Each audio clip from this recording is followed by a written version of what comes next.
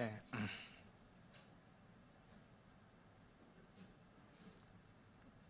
여러분에게 이 말씀 먼저 드리고 싶습니다. 자녀가 잘 되는 것이 모든 부모의 소원이듯이 우리 하나님 아버지께서 원하시는 것은 그분의 자녀된 우리가 잘 되는 것입니다. 잘 되는 것입니다. 아멘. 우리 좌우에 축복의 인사 나누실까요? 좋은 날이 오고 있습니다. 그대도 잘 되고 나도 잘 되고 교회는 더 잘 될 것입니다.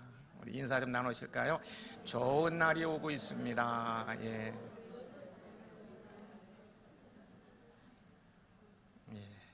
감사합니다. 올 가을에 풍성한 결실이 있으시길 축복합니다. 가정도 일터도 풍성한 열매들로 가득 채워지는 그런 가을이 되길 소망해 봅니다. 하나님께서 우리에게 베푸시는 신비한 은혜들은 많습니다.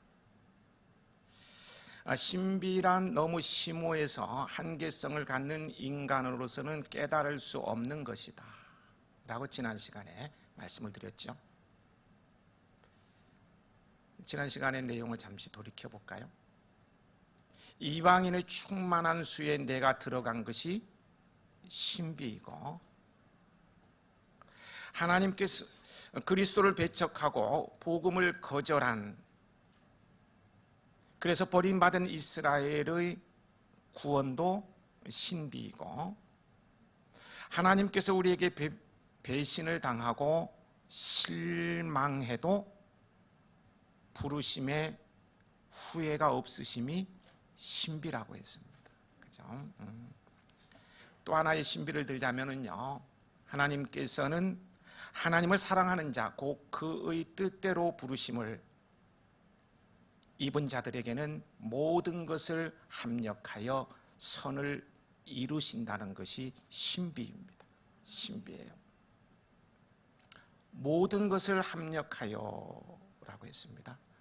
고난이든 실패이든 실수이든 평생 달고 다녀야 할 부끄러운 주홍 글씨든 질병이든 아픔이든 탄식이든 그 어떤 것이라도 그것들을 다 합력하여서 선을 이루어 우리들의 최종적인 구원을 완성하는 데 있어서 과정 및 수단이 되게 하시겠다니 신비인 것입니다. 신비예요. 나의 허물과 죄악, 잘못들까지도 구원을 이루는데 장애물, 걸림돌이 되지 않고 오히려 수단이 되게 해 주신다니 신비 아닙니까? 신비 아닌가요? 신비 아닙니까? 신비죠. 참 신비. 하나님께서 이러한 신비한 은혜를 우리에게 베푸시는 원동력이 있어요. 그 근거라 그럴까요? 원동력은 무엇인지 아십니까? 그 원동력이 어디에 있는가는 오늘 본문이 말씀해 주고 있습니다. 본문에 하나님께서는 참으로 놀라운 신비한 은혜를 우리에게 베풀어 주고 계시는데 그 원동력이 뭐라고 말하고 있습니까? 12장은 로마서 제3부가 시작되는 장입니다. 그동안 살펴본 대로 1장부터 8장까지는 우리가 어떻게 의로워질 수 있는가를 말합니다. 즉 믿음으로 의롭게 된다는 이신칭의의 교리입니다. 9장부터 11장까지는 이신칭의의 교리를 거부하고 그리스도를 배척한 이스라엘의 구원은 어떻게 되는지를 말하고 있었습니다. 이제 12장부터 마지막 16장까지는 구원받은 성도의 성화의 삶에 대해서 말씀해 주고 있습니다. 제3부를 이어는 오늘 본문은 이렇게 시작되고 있습니다. 그러므로 형제들아 내가 하나님의 모든 자비하심으로 너희를 권하노니. 여기에 보면은 앞에서 질문을 던졌던 하나님께서 우리에게 베푸시는 신비한 은혜의 원동력을 알 수 있습니다. 그것이 뭔가요? 자비입니다. 그것은 자비예요. 하나님의 속성 가운데 하나인 자비를 이렇게 정의해 봅니다. 불쌍한 자를 볼 때 애간장이 타는 긍휼. 불쌍한 자를 볼 때 애간장이 타는 긍휼이다. 이렇게 제가 정의를 해봤어요. 몹시 안타깝고 걱정이 되어서 직접 그 아픔을 나누며 체휼하면서 도와주는 것을 말합니다. 이런 하나님의 자비하심을 잘 나타내는 비유가 누가복음 15장에 나오는 돌아온 탕자를 용서하시는 아버지의 비유입니다. 자기 몫의 상속 재산을 챙겨 도망가듯이 집을 나간 둘째 아들이 허랑방탕하며 그 모든 재산을 다 탕진하고 살 길이 없자 산거지가 되어서 집으로 돌아옵니다. 한편 집 나간 아들이 돌아오기만을 기다리던 아버지는 아직도 거리가 먼데도 아들을 알아보지요. 부모의 직감입니다. 부모의 직감으로 알아보고, 성경 말씀을 그대로 옮기면요, 측은히 여겨 가엾고 불쌍하게 여겨서 달려가 목을 안고 입을 맞추었다고 했습니다. 하늘과 아버지께 죄를 지었다는 아들을 용서하시고요, 좋은 옷을 입혀주지요, 반지를 끼워주신 아들의 권위를 회복시켜주고 신발을 챙겨주고 살찐 송아지를 잡아서 동네 잔치를 벌입니다. 대대적인 환영 행사를 하는 거예요. 금이 환영하는 것도 아닌데요, 뭐 대통령이 돼서 총리가 돼서 오는 것도 아니에요. 돈을 많이 벌어서 오는 것도 아니에요. 알거지가 되고 재산 다 탕진하고 오는데 무슨 잔치입니까? 그러나 아버지의 자비는 이런 것입니다. 아버지의 자비는 이런 거예요. 자비란 불쌍한 자를 볼 때 애간장이 타는 긍휼이라고 했습니다. 그런 자비의 하나님이시기에 죄인된, 그래서 소망이라고는 하나도 없는, 갈 길이 정해진 저주받은 우리 인간들을 바라보면서 애간장을 타셔서 독생자 예수 그리스도도 십자가에 내어 주셨던 거예요. 그 자비하심으로 모든 것을 합력하여 선을 이루어 주시는 것입니다. 내가 실패하고 내가 못된 짓 한 것, 이 모든 것들을 다 합력해서 아름다운 선을 이루어 주신다는 거예요. 1장부터요 11장까지의 내용을 저는 한마디로 이렇게 요약을, 저 요약의 은사 있는 거 알죠? 확 줄여버려요. 이렇게 요약하고 싶습니다. 하나님의 자비하심이다. 하나님의 자비하심. 1장에서 11장까지 내용을 한마디로 정리하면 하나님의 자비하심이다. 하나님의 자비로 말미암아 구원받을 길이 없는 인간들에게 믿음으로 의롭다함을 받는 길을 열어주셨고, 그 자비하심으로 이방인 우리가 구원받고 그 충만한 수가 채워지면 이스라엘도 구원을 받을 것입니다. 이것이 11장까지 내용 아닙니까? 자비하심이에요.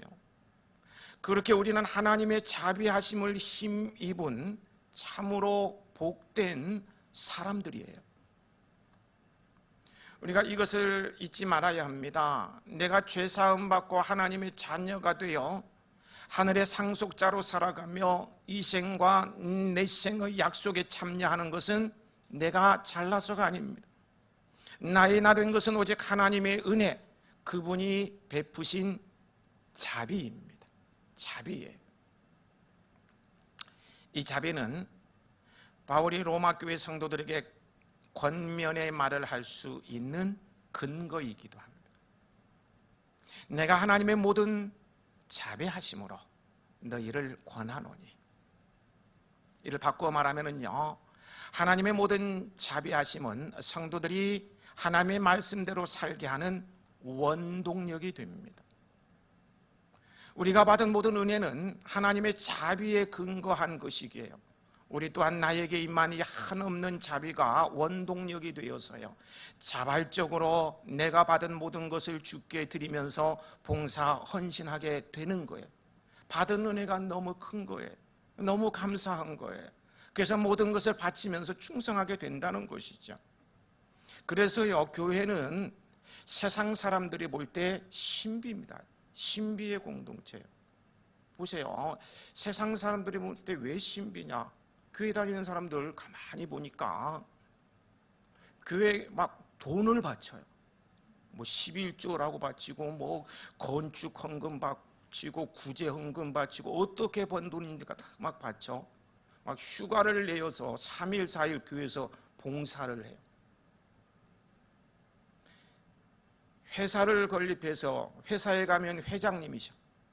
부하가 3,000명, 4,000명 되는데, 부하는 좀 이상하다. 직원들이 교회에 와서는 청소를 하고 있어요. 화장실 청소를 하고. 신비한 거예요. 사회에서는 국회의원인데 교회에 가면 주차 관리를 해요. 이따가 감사표 전달을 합니다만,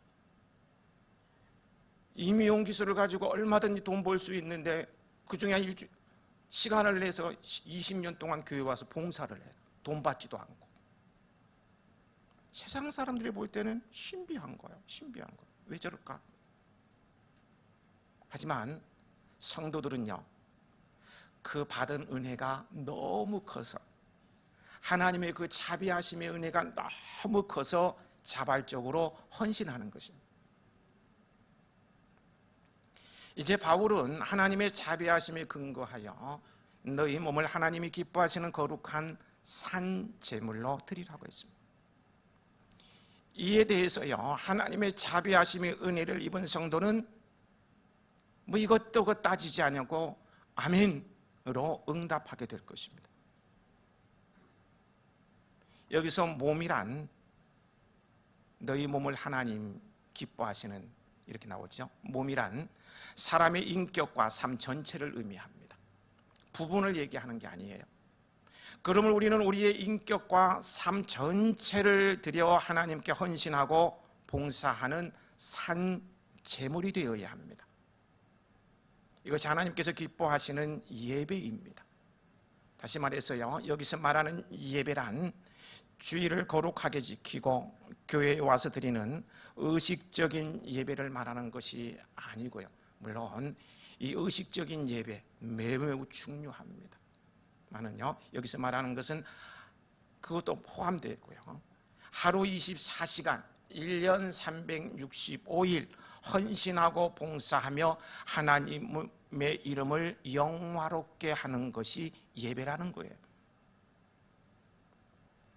예배는 우리 몸을 제물로 드리는 것이라고 했습니다. 몸에는 인격과 삶이 포함돼요. 그러니까 인격과 삶 전체를 바치는 것이. 부끄러운 고백입니다만은 저는 여기 인격 속에요,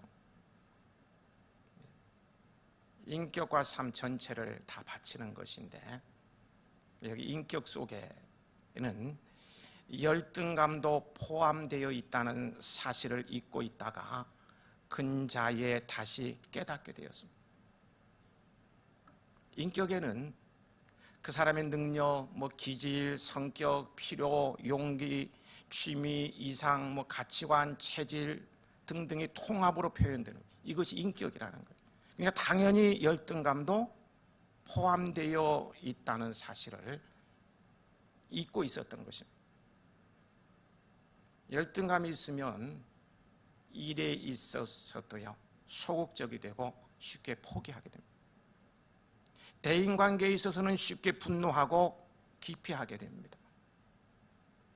이런 열등감의 특징이 저에게 고스란히 있는 거예요. 그래서 어떠한 상황이 돌발하면 의욕도 저하되고 쉽게 분노하고 사람을 기피하게 되고, 그러다 보니 봉사도 즐겁지 아니하고 헌신의 강도도 점점 엷어지고 체면치레나 하고 있는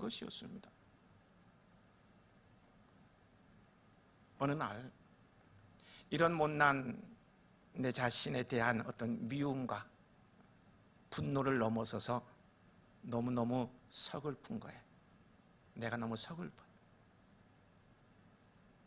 너희 몸을 다 드리라고 하셨는데 열등감은 꼭 붙잡고 그게 뭐가 좋다고? 다른 것은 다 드린 것 같은데 열등감은 뭐가 좋다고 꼭 붙잡고 바치지 않는 것이었어요. 열등감까지 다 드리면 주님은 나의 부족을 특별함으로 여겨주시고 나의 연약한 데서 그분의 강함을 나타내 주실 텐데 말이에요.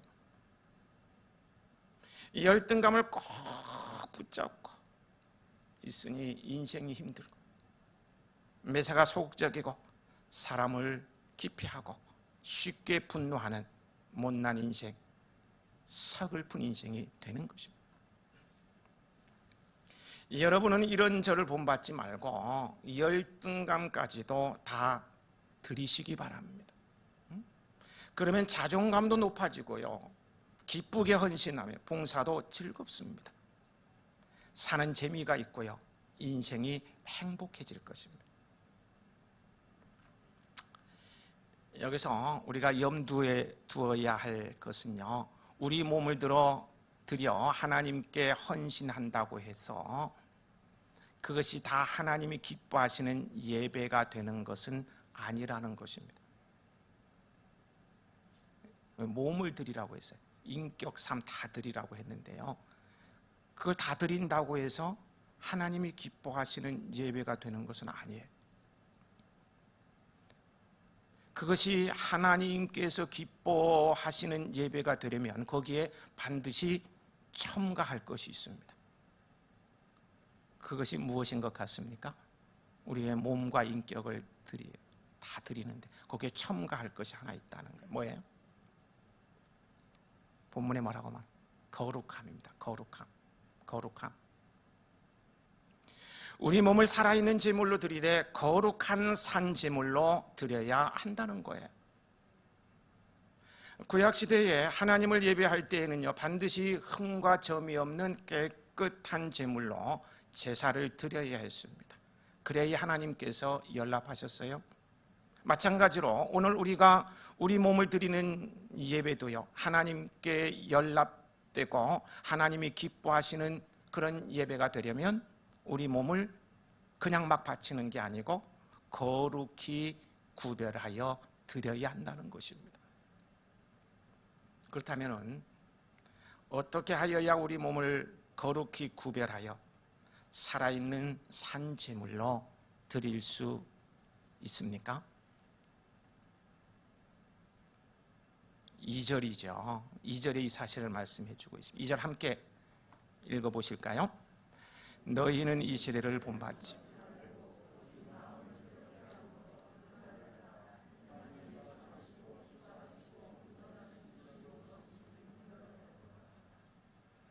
이 세대를 본받지 않는 것입니다. 이 세대는 이 세상을 말합니다.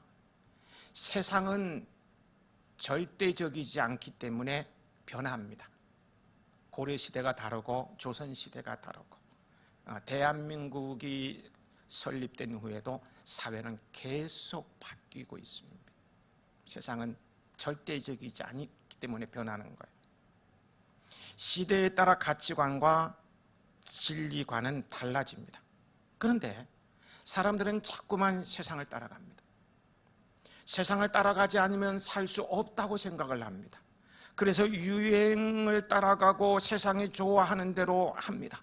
유행이 뒤처지면은 낙오자가 될까 봐서 유행에 앞서기 위해서 더 발버둥 치는 사람들이 있는 것을 보게 돼요.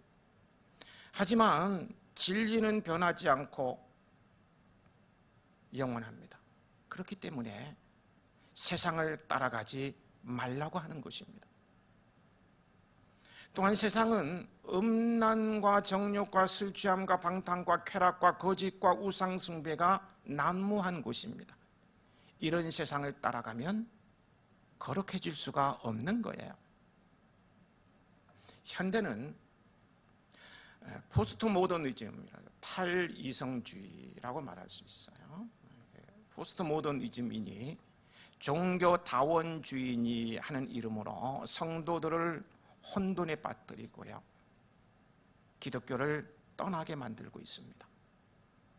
그들은요, 이 세상에는 절대적인 것이란 없다, 진리가 없다는 것이죠. 절대적인 것이란 없다. 그러므로 이것도 옳고 저것도 옳다, 아무도 자신의 기준을 남에게 강요해서는 안 된다 라고 합니다. 절대적인 것 혹은 진리를 부정하는 거예요. 남에게 강요해서는 안 된다는 거예요. 이것도 옳은 것이고 이것도 옳은 것이기 때문에 이것이 진리라고 강요해서는 안 된다는 거예요. 진리가 부정되는 거예요. 예를 들어서요, 사람은 남녀로, 동식물은 암수로 이렇게 구분되는 것이 진리예요. 안 그렇습니까? 사람은 남녀, 동식물은 암수. 맞아요, 틀려요? 이렇게 구분이 되잖아요, 그죠?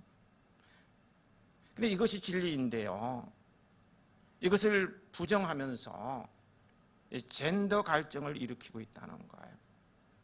성에 대해 남녀로 구분되는 이 생물학적 성별과 사회 내의 성별은 다르다고 하면서요, 30여 가지의 성이 있다고 주장하고 동성애 등을 당연한 것으로 여깁니다.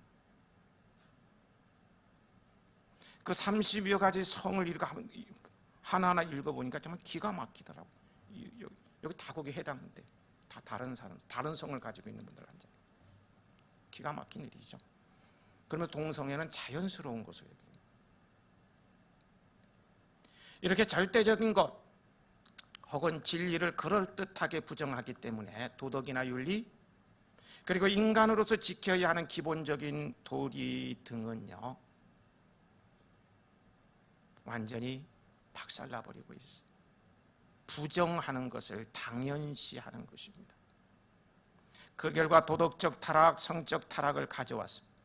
이로 인해 가치관 혼란 등이 범람하고 있으나 사람들은요, 그것을 당연한 것으로 여깁니다. 시대의 흐름이 그러니까 그냥 따라가면 된다라고 생각을 해요.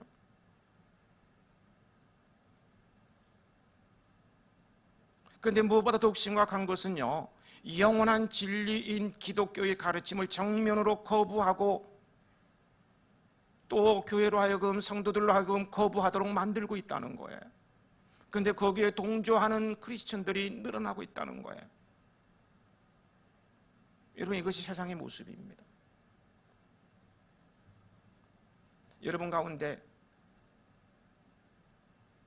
아들을 며느리로 맞을 사람이 있을까요? 사위를 딸로 맞아. 이게 세상인데 세상이 흘러가니까 그렇게 진리처럼 느껴지고 받아들인다는 거예요. 이게 세상의 모습. 이것은 우리로 하여금 진리를 부정하게 하고요, 도덕에 둔감하게 만듭니다. 결국 우리를 죽음의 길로 몰고 있는 거예요.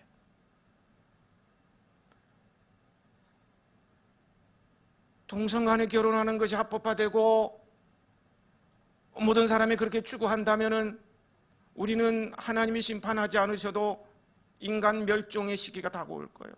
어떻게 자식을 낳아? 하나님이 심판하지 않아도 죽음으로 가고 있는 거예요. 인류 멸망을 향해 치닫고 있다는 거예요. 그런데도 우리가 세상을 따라 가서야 되겠습니까? 안 됩니다. 세상에서 돌아서야 합니다. 예수님께로 돌아서야 합니다. 성경으로 돌아가야 합니다. 막 아멘으로 천장이 무너질 줄 알았더니 뭐예요 지금? 다시 한번 하겠습니다. 세상에서 돌아서야 합니다. 예수님께로 돌아서야 합니다. 우리는 성경으로 돌아가야만 해요. 세상은 무의미하고 덧없습니다. 우리로 하여금 죽게 만들지만 우리 주님은 영원히 신실하시며 우리를 생명으로 인도하십니다.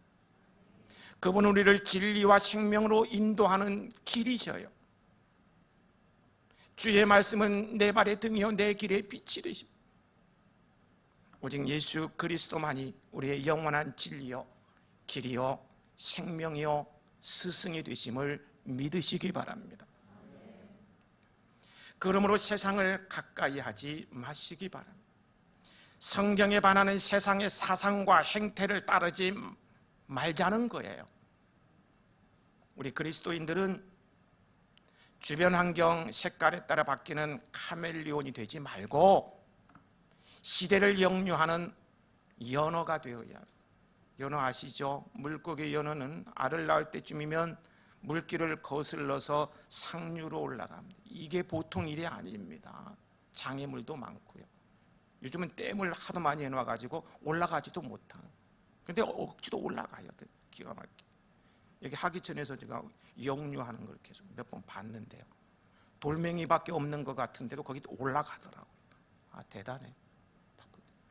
얼마나 힘들겠어요. 상류 올라가듯이 우리도 이 세대 흐르는 조류에 역류하는 삶을 살아야 합니다. 그 길이 힘들어도 그 길만이 영원히 살 길이기 때문입니다.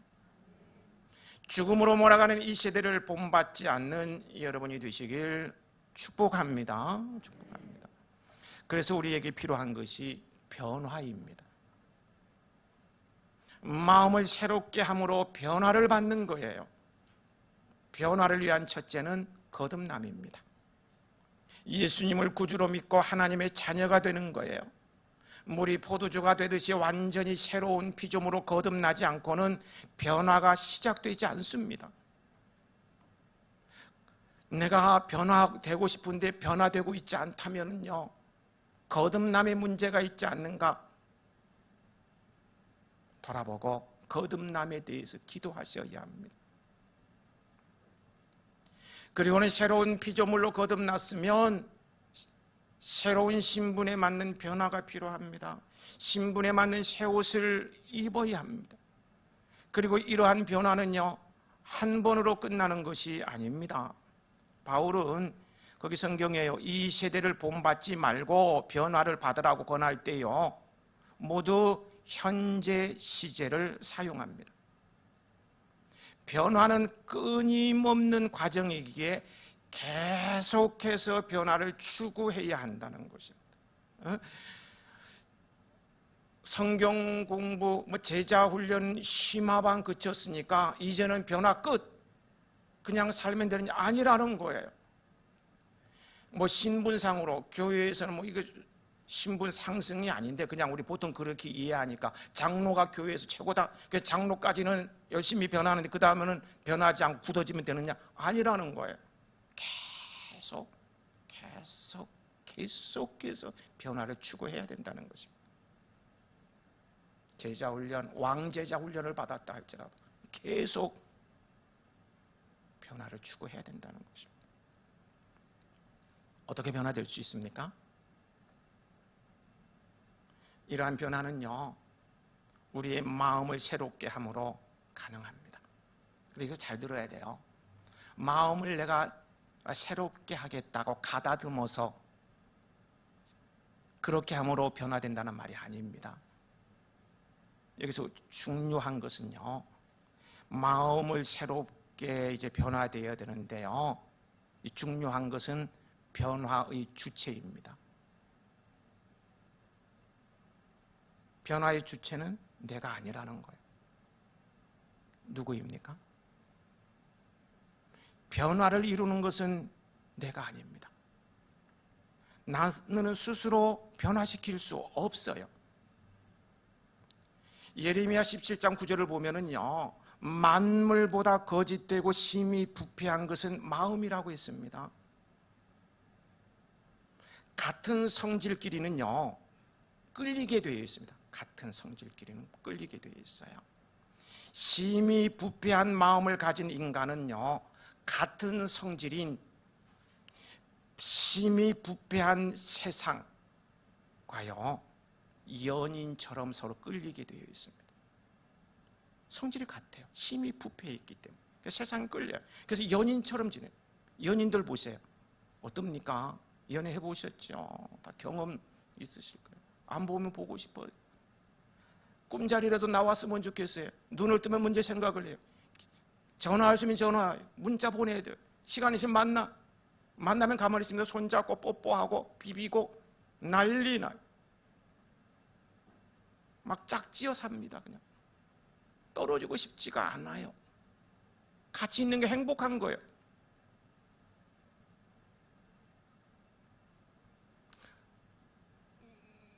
우리는 이미 심히 부패했기 때문에 세상과 짝지어 사는 것이 너무 좋은 거예요. 그 유행을 따라 사는 게 너무 좋은 거예요. 그러다 보니까 스스로 변화될 수가 없습니다.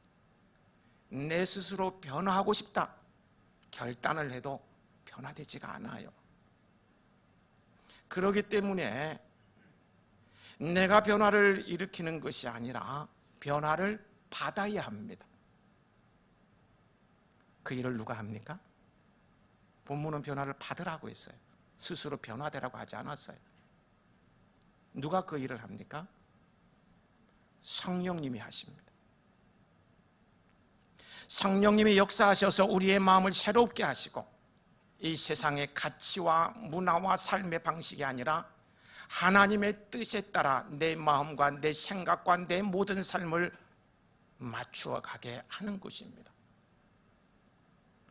그러한 변화된 삶이 거룩한 제물이 되고 예배가 되는 것입니다.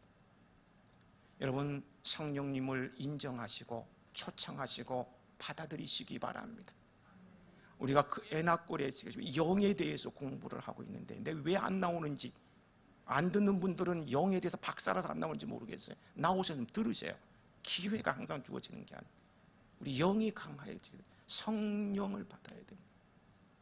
성령이 들어오면 인격 삶이 다 바뀔 수 있는 거예요.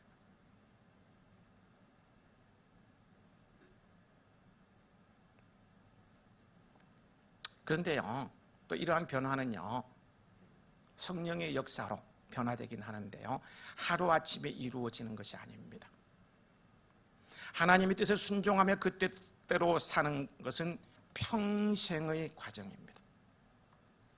복음 생활과 같은 훈련을 받으며 하나님의 뜻에 순종하며 그 뜻대로 이 복음 생활을 광고 계속 나가는데요 이런 것을 받고 나면은 하나님의 뜻에 순종하고 그 뜻대로 평생을 살 수 있는 그런 방법이 길들여지게 됩니다.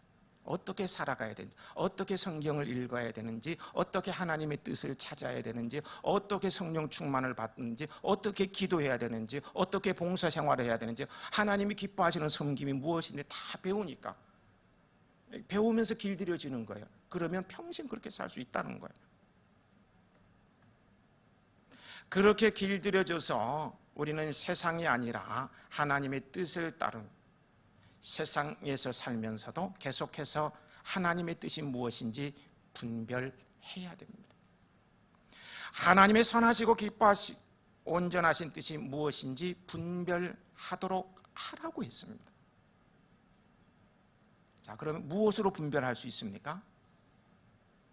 성경입니다. 말씀에서 하나님의 뜻을 분별하라는 것은요, 시험하고 입증하라는 것이에요. 이 말씀을 시험하고 입증하라는 거예요. 정말 그러한지 확인하라는 거예요. 무엇을 통해서 확인할 수 있습니까?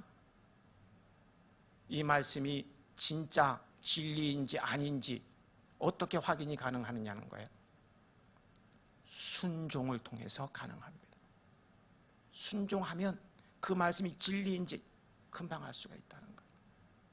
순종하지 않으니까 혼에 사로잡혀가 자꾸 인간적인 논리로 하나님을 배격하게 되는 거예요.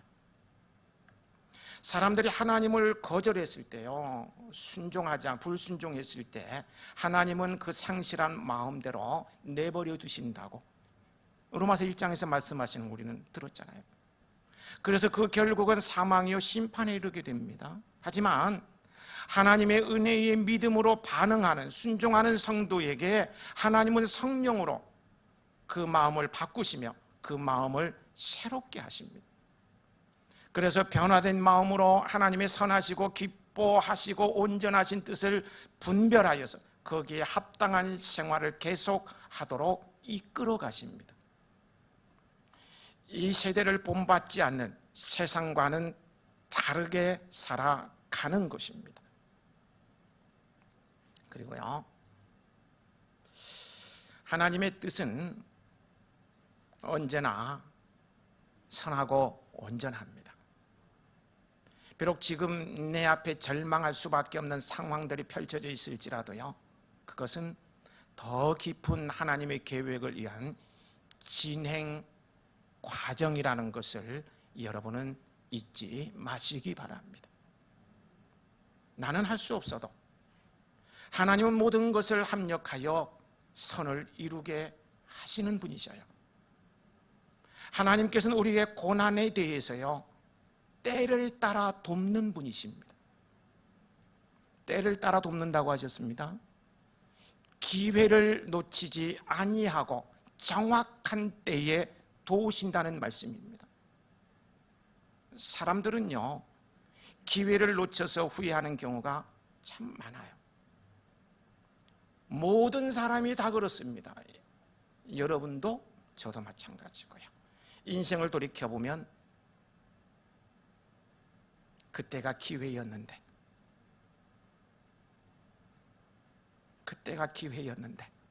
이런 사건들이 있을 거예요. 그때가 내가 기회였는데, 그때 잘못된 선택을 해서 오늘 이렇게 됐어. 그때 기회를 못 잡.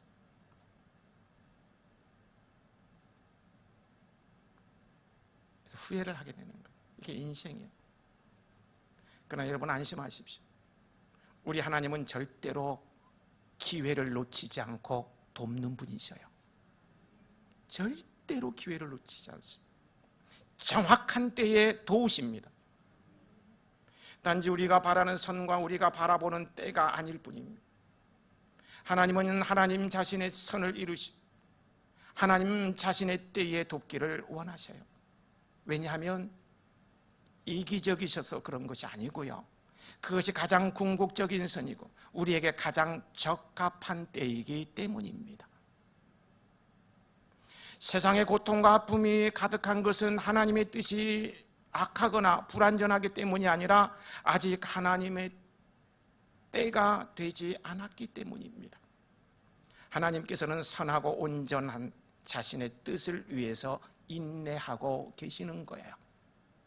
오늘 나에게 말할 수 없는 고통과 아픔이 계속해서 찾아오는데도 불구하고 하나님께서 아무런 반응이 없다고 해서 낙심하지 마시기 바랍니다. 하나님께서는 정하신 때를 기다리고 있어요. 하나님의 때에 모든 것을 합력하여 선을 이루시며 나를 도와주십니다. 그때가 보면 이 때가 맞구나, 내 때가 틀렸구나, 하나님이 정확하시구나 라고 고백하게 될 것입니다. 그러므로 여러분은 나를 향한 하나님의 계획의 선하심을 믿으십시오. 결코 하나님은 악을 행하시는 분이 아니심을 살아보면 알 수 있습니다. 믿음 생활을 바로 해보면은요, 하나님은 결코 악하신 분이 아니셔요. 우리 하나님은 선하신 분이시고 모든 것을 합력하여 선을 이루시는 분임을 알 수 있어요. 알 수 있다고요. 오늘도 나의 삶 가운데 역사하시는 하나님의 선하시고 온전하신 뜻이 무엇인지 깊이 묵상하면서 그 뜻에 순종하며 사는 여러분이 되시길 축복합니다. 자, 말씀을 마무리 짓겠습니다. 하나님께서 나의 실패까지도 합력하여 선을 이루어 주시는, 말로 형용할 수 없는 신비한 은혜를 우리에게 베푸시는 원동력은 뭐라고 했습니까? 우리에게 있지 않고 그분의 자비였습니다. 자비란 하나님의 속성 가운데 하나로 불쌍한 자를 볼 때 애간장이 타는 긍휼이라고 했습니다. 몹시 안타깝고 걱정이 되어서 직접 그 아픔을 나누며, 성경대로 말하면 체휼하며 도와주는 것입니다. 그래서 우리는 부르심을 받고 구원받은 그분의 백성이요 자녀로 오늘 이 자리에까지 이르게 된 것이고, 영원한 상속자의 신분으로 살아가고 있으며, 내일에는 서서 기다리는 주님의 품에 안기어서 영원히 살게 될 것입니다.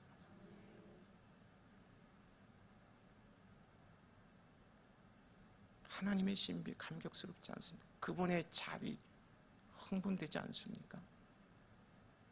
하나님의 그 놀라운 자비에 묻혀서 그 은혜에 감복 감사하며 헌신하는 예배자의 삶을 사는 여러분의 가는 길에 주의 은복이 함께 하시길 축복합니다.